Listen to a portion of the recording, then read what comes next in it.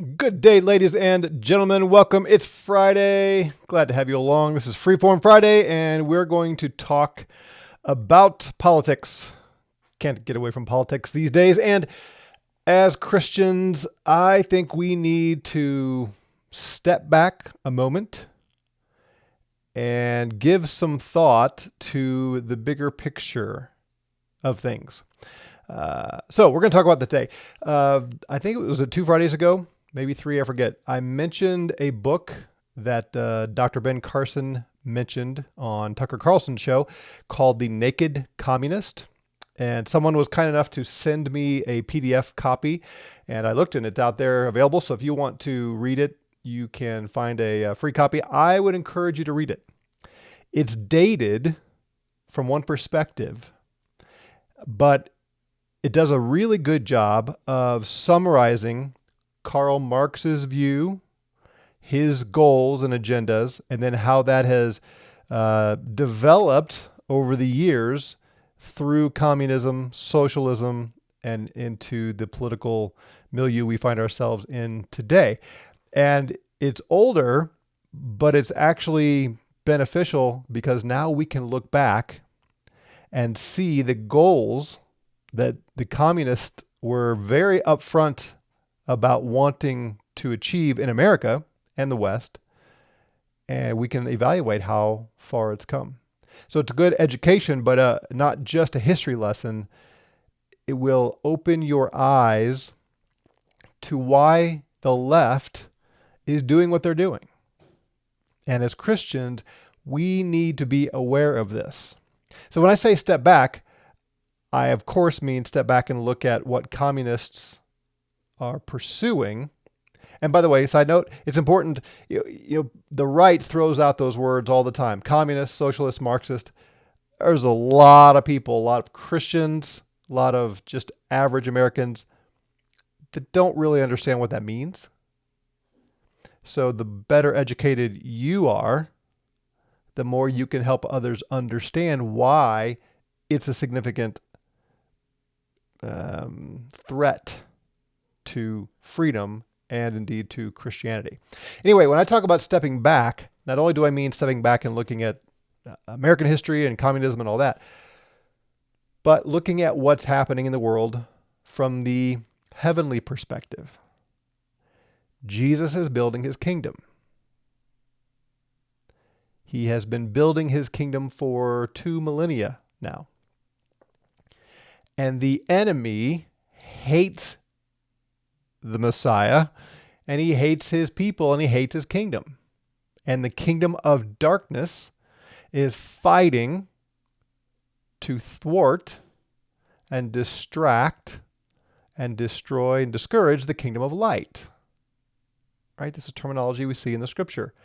We do not wrestle against flesh and blood, but against principalities and powers. So there's a heavenly forces, spiritual forces of darkness, Paul says. And that is the driving force against the kingdom of Jesus. And then there is the heavenly host at Jesus' command that are fighting against those spiritual forces of darkness. So we don't wrestle against flesh and blood, and yet in both kingdoms, the earthly battle is between humans, flesh and blood. So it's not as though we don't have any human enemies, but what Paul's getting at there is there's another realm of battle going on. And yesterday I mentioned, those of you who are following along the 2 Timothy series, I said, this soldiering idea is not, I was asking the question, where else is it used? And someone brought up Ephesians 6, and upon further reflection, I thought, of course, how could I forget that? Yes, very much so. He's talking about strapping on the armor of God and fighting and standing firm, which is written to the church, not just to Timothy. So I just wanted to acknowledge that little error in my thinking yesterday. So we are to fight against those spiritual forces of darkness that are fighting against the kingdom of truth and righteousness. And one of the major tactics of the kingdom of darkness for the last 100 years plus has been Marxism. Now, maybe not Marxism in its purest form. So if you go back and read Karl Marx and look at his economic pursuits, for instance, and his hatred of capitalism, and you start looking at, what's happening in the West, you may say, well, I don't know that it, is what's going on. Is it really accurate to be called Marxism? Well, it is from the standpoint of the hatred of freedom, personal property, reaping what you sow as a worker. But as you read Marx, and even the Naked Communist summarizes this well, he hated Christianity.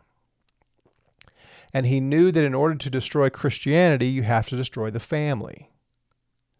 And in order to destroy the family, you have to destroy the father. And this has been going on for decades and decades and decades. And that's really what the left is trying to do, trying to destroy Western civilization. And the way to do that is to destroy the church, because the church and Christianity is the foundation of Western civilization. How do you destroy the church? You destroy the family, because the foundation of Christianity is the family. And how do you destroy the family? You destroy the father, because the father is the head and the foundation of the family, humanly speaking, right? Of course, Jesus is the foundation of the church and family and everything else, but how is Jesus building his kingdom? Through the family, the church, and so on. So if you were the enemy of Western civilization, that's what you would do too. You would deduce that we have to destroy those things. By the way, I'm having a little, my typical technological error here. All right, I think I got it back. So I want to help us think through from the bigger picture what the left is trying to do. Marxism, socialism, communism, through what we now call the left, and how it's infiltrated our nation. And as we look at the upcoming U.S. election, we have to be aware of the tactic of the left to make this about personalities. There are a lot of people that don't like Donald Trump's personality. One of them, I'm sure, is going to look at my title, my thumbnail, and probably not even watch this video, but she's going to comment on this video and cast all kinds of aspersions on Trump's personality. Some of you know who I'm talking about. You watch and see that she'll do that today, probably. And the left wants us to be about personality. Trump is mean. And they just lie and lie and lie about things he's done. Now, he's done enough bad things in his life that he is rightly charged with adultery, for instance. So you don't have to make that up. And you might make the charge of greed and arrogance, as he has, always been a big showman and put things on display. Well, you don't need to make that up. There's no lying needed to be done there. Those things are all true and demonstrable. But they're lying about his policies. Things like, you've heard the left just recently, someone on, I think it was MSNBC, said that he said during COVID that you should inject bleach. He never said that. That's a complete lie, but they continue to perpetuate that. And the fine people hoax that he claimed in Charlottesville, there were fine people on both sides, including white supremacists and Nazis. Complete hoax. He didn't say that. In fact, he said the opposite. But the left continues to say those things because they're kind of trying to cast aspersions on his personality and those kind of things.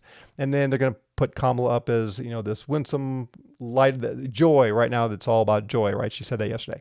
Well, we as Christians need to set all of that aside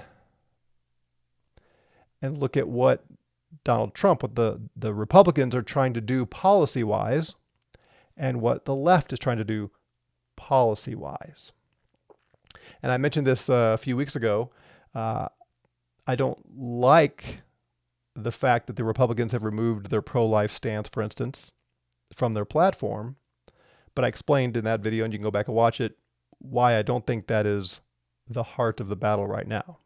All right, well, with all that, I want to walk you through some more of the goals of communism as stated decades ago. That this is in that book, The Naked Communist, and help us to think through as Christians how to evaluate all this as we approach the current election, both at the federal level in the presidential election, but also our congressmen and at the state and local levels. We need to take this into consideration at every level. That's how our system works. And it would be great to drive the left out of the White House. I think Trump will accomplish much more this time around because he now knows what he's getting into and has had 4 years to prepare. But if we don't have congressmen that care about the right things, and then governors of our states and state legislators and mayors and city councils and things, then we still are losing the battle.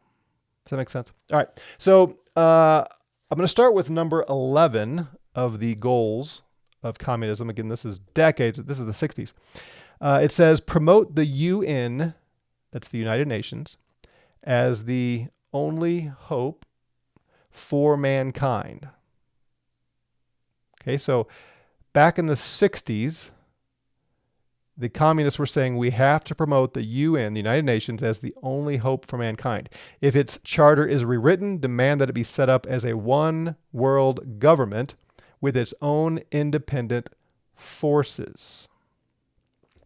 So I don't know how much you pay attention and hear about the United Nations these days, but let me expand this a little bit further. You hear about globalism, and the right regularly attacks the left as being globalists.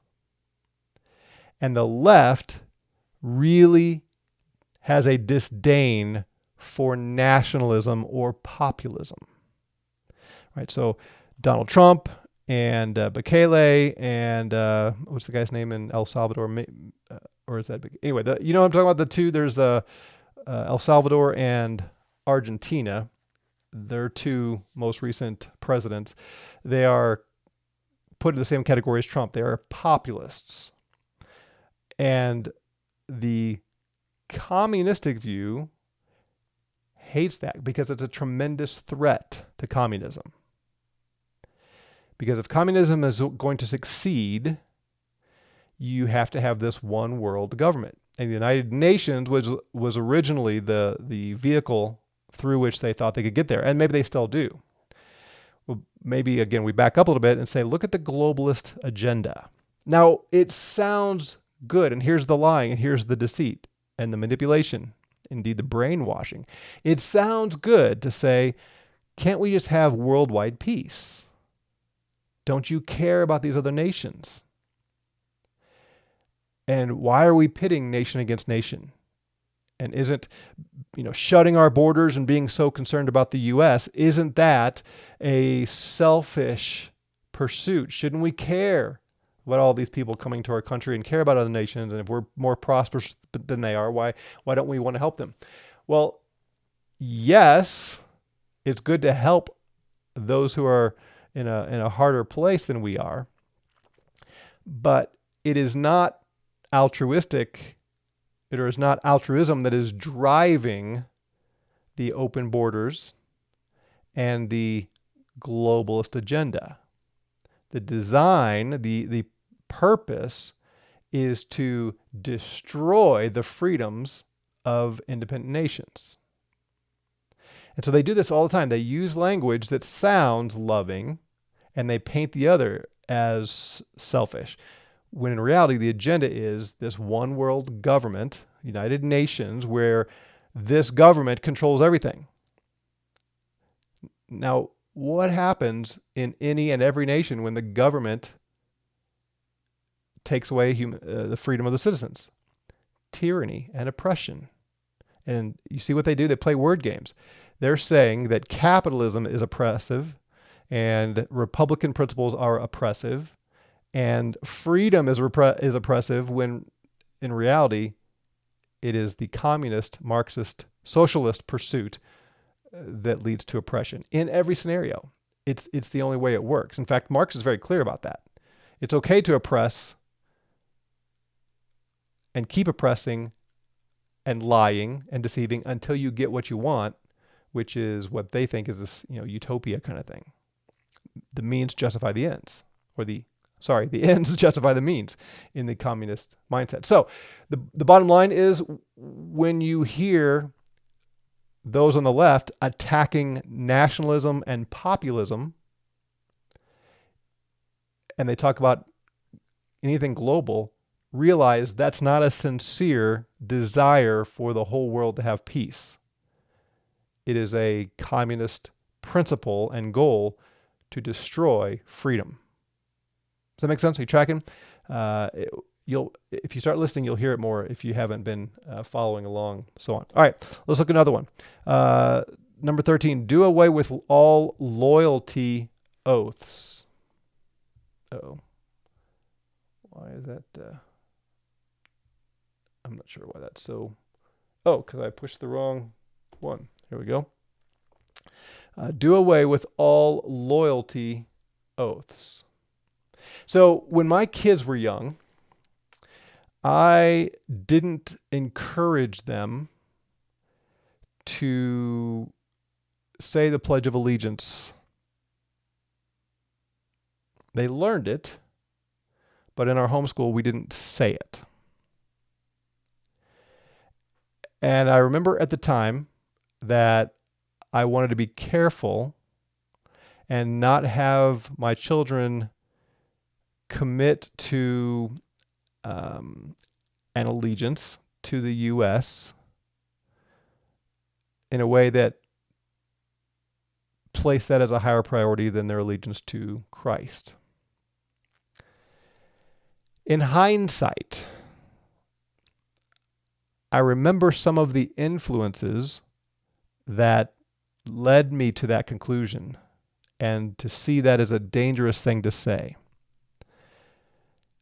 And since then, I've studied Marxism more thoroughly, and I now realize those voices that were telling me, encouraging me to not have my kids say the Pledge of Allegiance, were from a leftist perspective.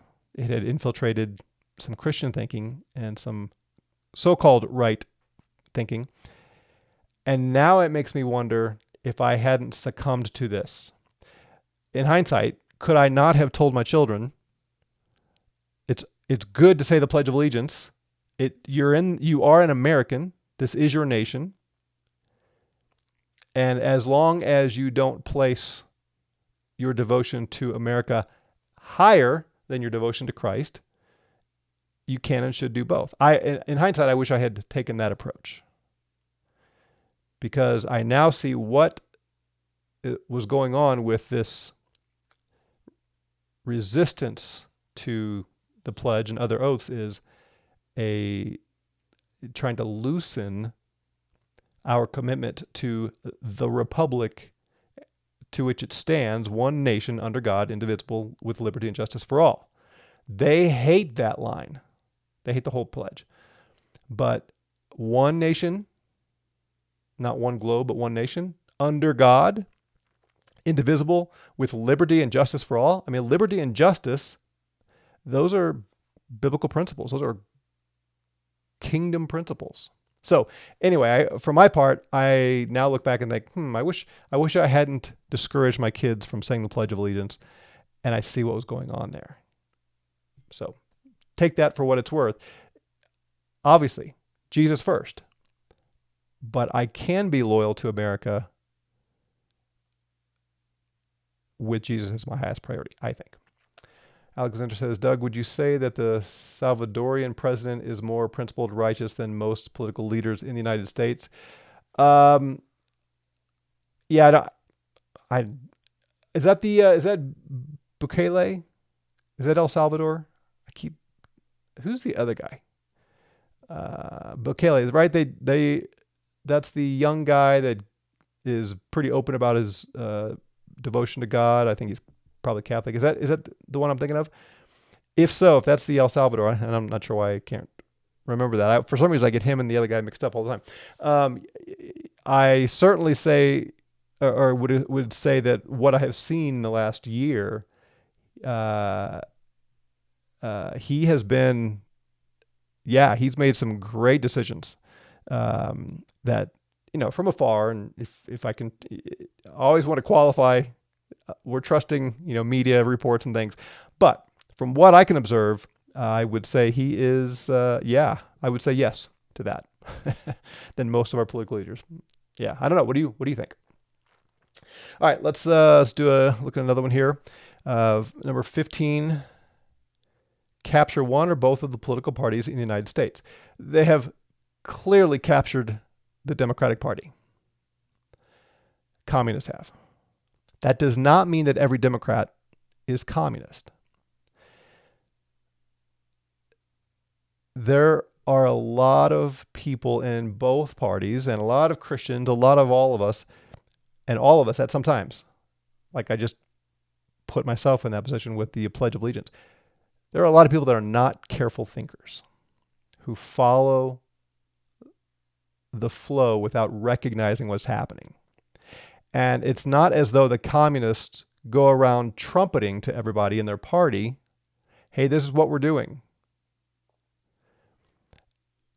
As we have a little bit more freedom of speech these days with X, the X platform, you start to see more and more Democrats who are saying, wait a minute, the Democratic Party has gone way beyond what I'm comfortable with in their leftward pursuit. In fact, I just saw a headline an hour or so ago of, I think it's a state senator in California who is switching from the Democrat Party to the Republican Party because she said, I don't fit anymore because they've moved so far left. And there's that meme gone around that I forget who created it, but it's got, the right and the left and the Democrat Party, and the guy's got his little stick figure here saying, this is where I've been my whole life.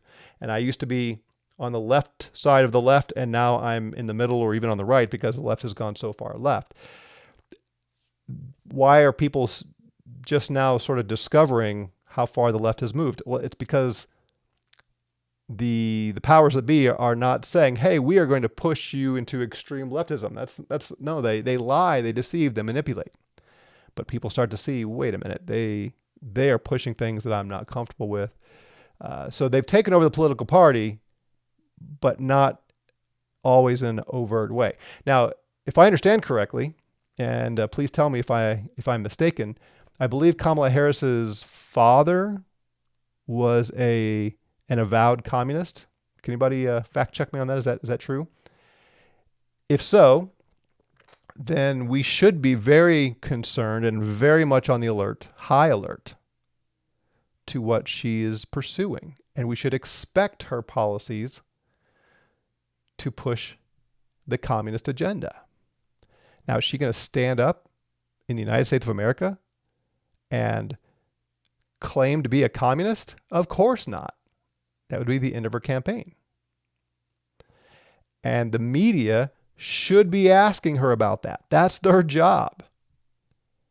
Kamala, your father was an avowed communist, right? Do you reject his communist views? They should be asking her those questions, but of course they won't, because they've been taken over as well. Right? So we have to, if you ponder these goals that they have stated, then, and you start looking at these things, then you start to realize, okay, yeah, I can see what they're doing and why they're doing it, because they're not going to come out and say it. Kathy says, yes, he was. Sunday Life says he taught the communist philosophy at Stanford. Okay, so he was not only an avowed communist, but he was a professor, it sounds like. Again, the media should be all over this. That is so telling. that says so much about the media. I mean, when Donald Trump and others on the right call out the fake news, this is what they're getting at. I'm not sure there should be any other question asked of Kamala Harris right now. Your dad was a professor of communism. Do you disavow it? That should be the only question that matters. That would answer every other question we have about her if she says, I do not disavow it. But the media has been captured as well. So they have succeeded in taking the Democratic Party, and it also raises questions about the so-called rhinos. When you look at all of these Republicans who vote for more globalist agendas and other communist ideas, how much infiltration have they made into the Republican Party? It's probably pretty scary to think about. All right. Let's see if we have time for another one or two real quick. Number 16 says, use technical decisions of the courts to weaken basic American institutions by claiming their activities violate civil rights. So use the courts, what verdicts they render, and find ways to make all of these things civil rights issues. It continues to our own day. Trying to make everything about civil rights. So go back to the 60s and earlier, when Black Americans were not permitted to use the same bathrooms, to enter the same restaurants, to ride on the same bus in baseball, those kind of things. All of us should look back at that with just grief, sadness, and the strongest of condemnation. Is just wrong. And I've said this before in so many contexts, how Christians back in the Civil War days thought it was pleasing to the Lord, acceptable to the Lord to own humans simply because of the color of their skin. It's repugnant to everything that seems right. I don't understand what kind of cognitive dissonance they were experiencing. They were living under to think that's okay. So true racism and treating someone as inferior because of the color of their skin is just abhorrent to godliness. And to the degree that America was like that even some decades ago, in my lifetime, or a little before my lifetime, we should just look back and say that was awful. But it seems to me that though there is still hate, and there's hate for everybody. There's hate for white people, and most of the hate that I see is for white men. Well, maybe that's because I'm a white man, right? There's plenty of hate, but I don't see any rights, according to the law, that anyone has over anybody else. Civil rights have been accomplished. Now, again, there are individuals who are prejudiced and unfair and hateful. And that's true of, there are white judges, there are white male judges, there are white female judges, there are black male judges, there are black female judges, there are judges of every color of skin who are hateful toward others and who render prejudiced decisions. That's just wickedness and corruption. It has nothing to do with civil rights. There's nowhere in America you can go and say, because of the color of your skin, you are not allowed to do X. Is there?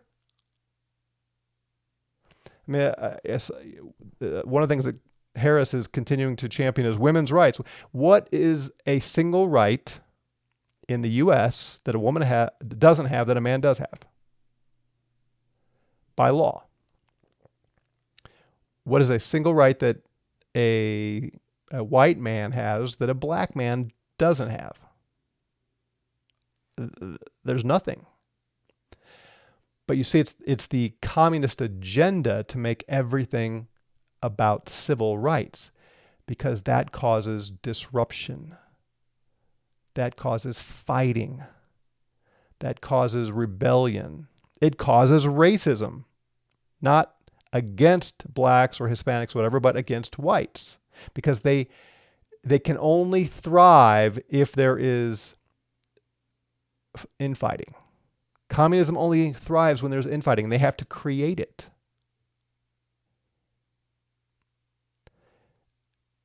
Instead of all of us saying, look, we want equality under the law. We want everyone to be treated justly regardless of their skin color and their sex and so on. Do you see the agenda? And there are some who understand it. I'm sure Kamala Harris understands it and is using her own skin color to her advantage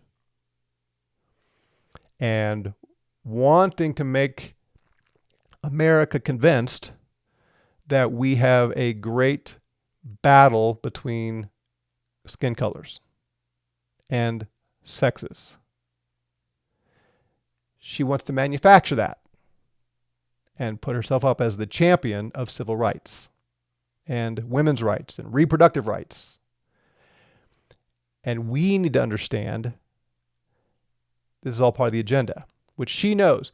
Some of her followers, many of her followers, in fact, don't understand there's a bigger play here. They just get swept up in the emotion. Yeah.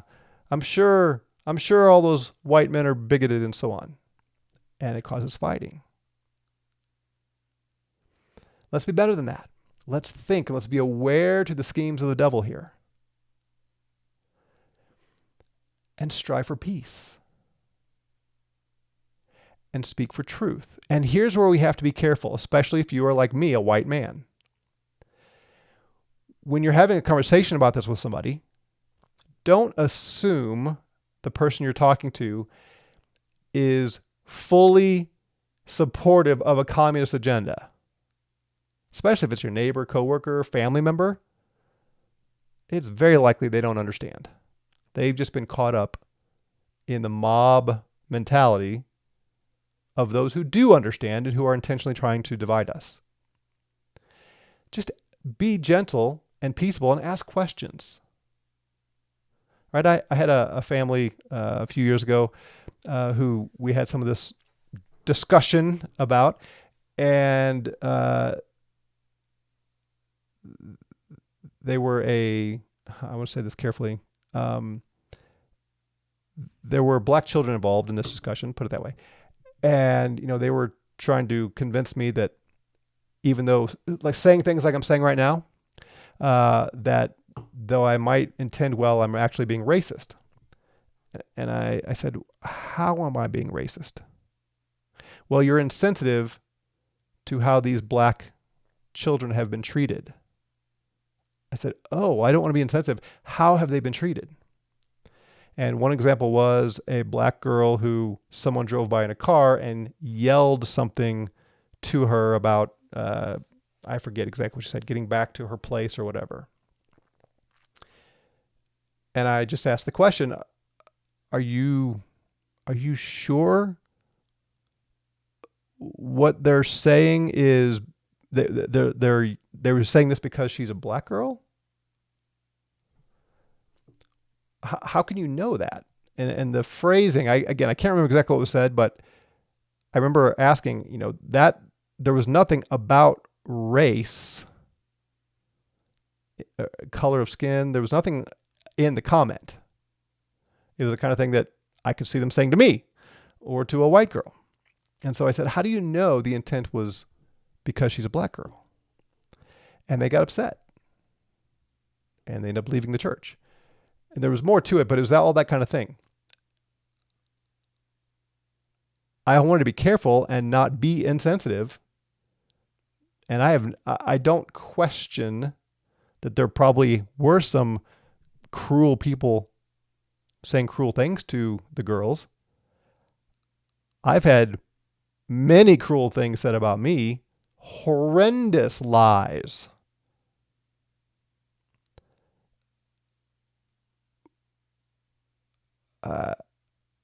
But to make assumptions about the motives and create hostility and to divide over that when there's no proof. So anyway, I didn't win that battle, so to speak. They were upset with me anyway because I didn't agree with them. That's all it was going to be acceptable, is I had to agree with them. And I wasn't going to agree with them because they hadn't convinced me there was anything racist about the comments.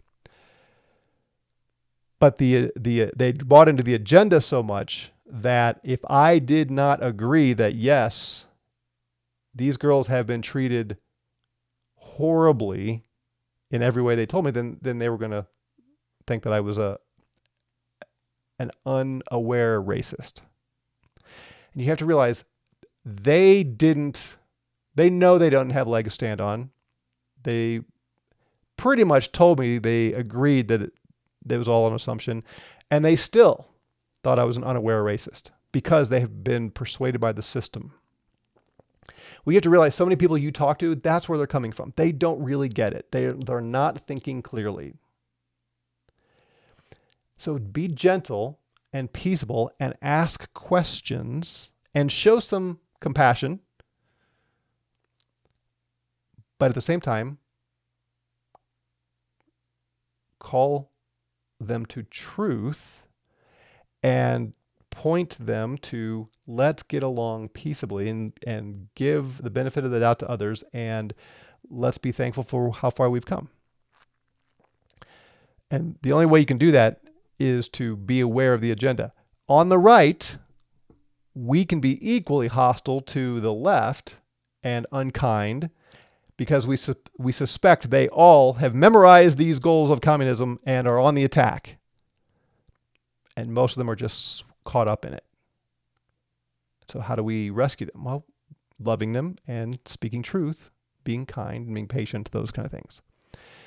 Anyway, so I would encourage you to get this book, download the PDF, and walk through the agendas, begin to compare what you see here with what's happening in our world, and realize the election really does matter. It's a big deal come this November because the leftists are moving this direction, and they've come a long way, and they will take a major step forward if they win this next election. All right, let me get a couple questions real quick here, and then we'll call it a day.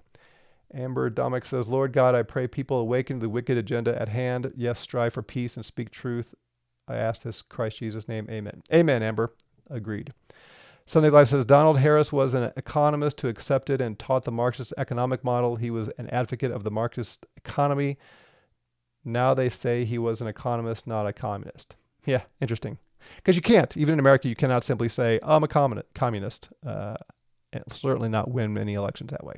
All right, give it some thought and be wise as serpents and gentle as doves. Have a great weekend. We will see you all back here on Monday to continue with 2 Timothy. Grace and peace to you.